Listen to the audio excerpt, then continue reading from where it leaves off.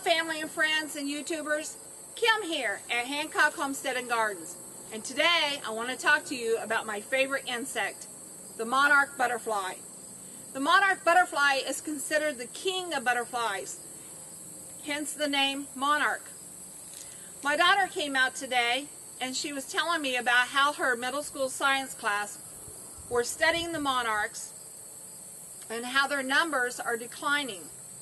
And so she said to me, "Mom, don't you help out the monarchs?" And I said, "Yes, I do." And so she asked me to tell her how. So the first thing you need to know is that the milkweed is the monarch's host plant. The monarchs cannot survive without this plant. This plant is where they will go through their life cycle, the egg, becoming a caterpillar, becoming a pupa, and then becoming the full-grown butterfly. They must have this plant, the milkweed. Canada is setting up reserves, butterfly reserves, that are protected and that are solely there for the monarch butterfly. Mexico is doing the same thing. What we need to do is we need to help Canada and Mexico preserve these butterflies by making sure that we have milkweed on their route. So, because it takes 4 generations for the butterflies to make it from Mexico to Canada and back again. So today I want to talk to you a little bit about the monarch butterfly, the stages it goes through, and its generations, and what we can do to help. The monarch butterfly goes through 4 generations in one summer. They start their migration from Mexico north in February. They come to the northern states, they find a mate, and they lay an egg. During March and April, that starts the first generation. The first generation will then go through the egg, the larvae or caterpillar, the pupa or chrysalis, and then the adult stage. After they have gone through this stage, they will lay an egg and then die. The second generation, which comes about during May and June, will then go through the egg, the larvae or caterpillar, the pupa or chrysalis, and then the adult stages. And then they will lay an egg, and 2 weeks later, they die. The third generation occurs during July and August. They go through the egg, the caterpillar, the pupa, and the adult stages, and then they lay an egg. And then during September and October, we have the 4th generation. The 4th generation, however, then migrates south to Mexico again to stay for the winter. And then in February, they fly north and start the migration all over again. So it takes 4 generations in one summer to keep their populations going. That's why it is so important that we keep their host plant growing for them all summer long. We have 3 to 4 stands of milkweed on our homestead at all times. We farm, and as farmers, we use herbicides to get rid of the weeds and pesticides to get rid of unwanted pests. It's just a part of farming. But we try to make up for the losses by making sure that there are safe havens on our property. You can see behind me that there is pasture. And in this pasture there are young milkweed plants growing. But we use our pasture for hay to feed the livestock. And the farmers have to mow this hay while the grass is still young and tender. And so a lot of the milkweed is destroyed through the haying process. This has to happen. But it is our responsibility as landowners to make sure that we have stands of milkweed that are left to be during the whole summer. John, and our farmer who rents, knows not to spray or come near these stands of milkweed. Our people who do the haying know not to mow down these stands of milkweed. So we do try to do our bit in providing a habitat for them. And I don't know if you guys are going to be able to see it, but we have a butterfly. Can you see him? Okay.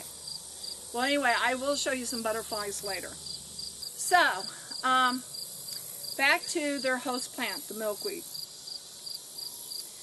The milkweed looks like a weed. It's not very pretty, but it is such an important plant.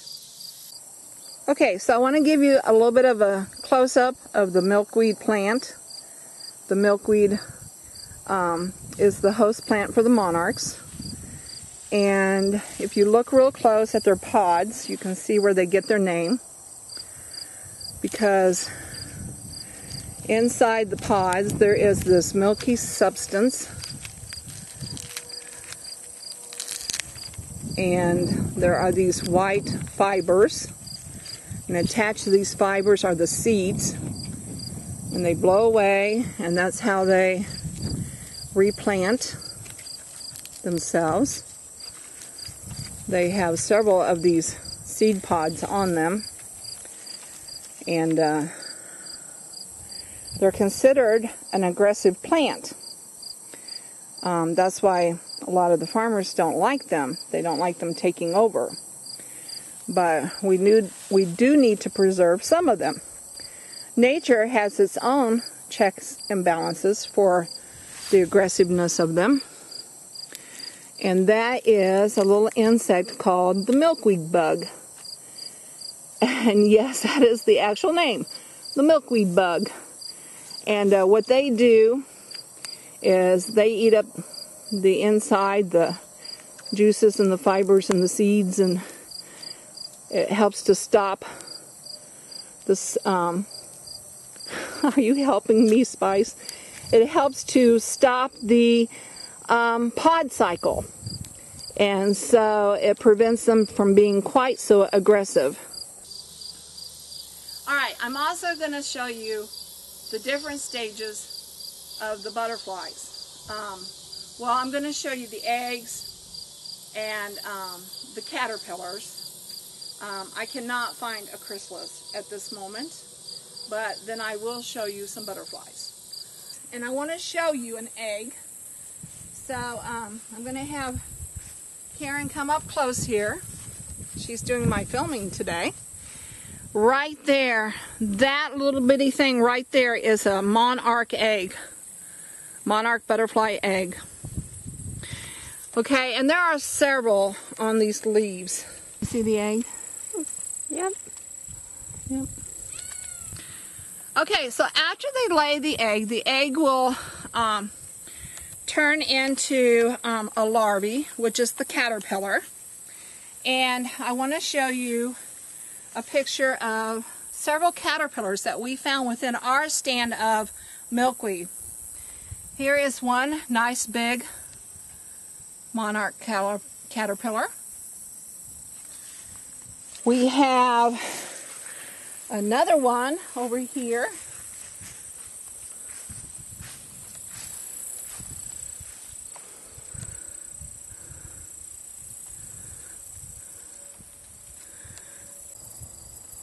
Oh, look, Karen, up at the top. Here's another one.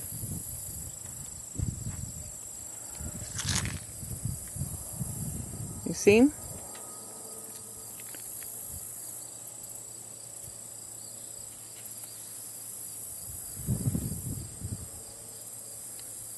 Okay, now come down here to the third leaf, and there's another one. Here, I'll turn it over for you.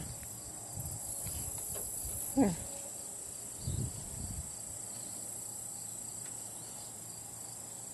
Wow, we have a lot of monarch caterpillars in this milkweed stand. That makes me happy. Okay, I'm going to see if I can zoom in There's a monarch over there on that last milkweed.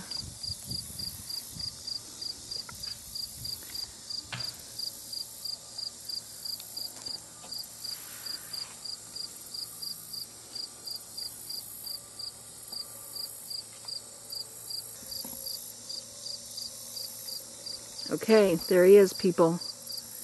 There is that beautiful monarch butterfly, the king of the butterflies. Let's see if we can get in there.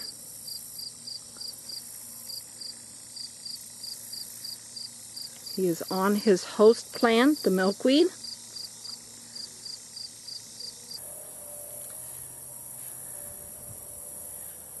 One of the things that butterflies need is a water source.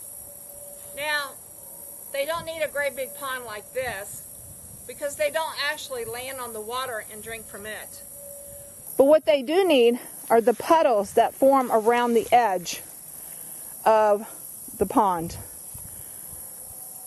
Those little puddles down there are where they will land and soak up the water and the minerals and the nutrients that they need.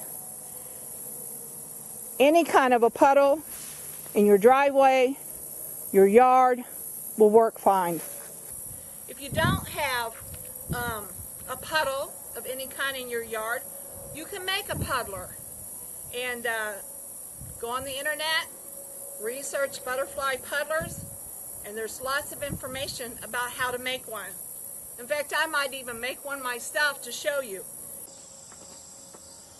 You will also need some flowers around as a food source. I saw a butterfly flying around here.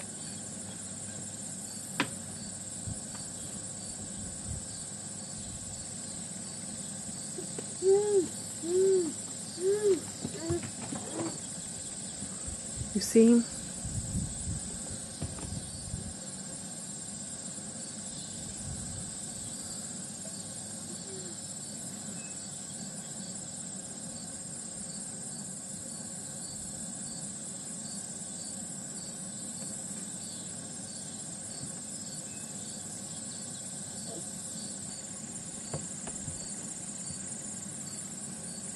Alright. Well, I hope that you will help me in protecting the monarch butterfly. Everyone can pitch in and help these little insects. They are a beautiful butterfly. They are the king of the butterflies. All we need are 4 things. We need a stand of milkweed, for the milkweed is their host plant, and this is where they will go through their life cycle. We need a water source. All it needs to be is a small puddle of water, somewhere where they can get a drink of water and soak up the nutrients.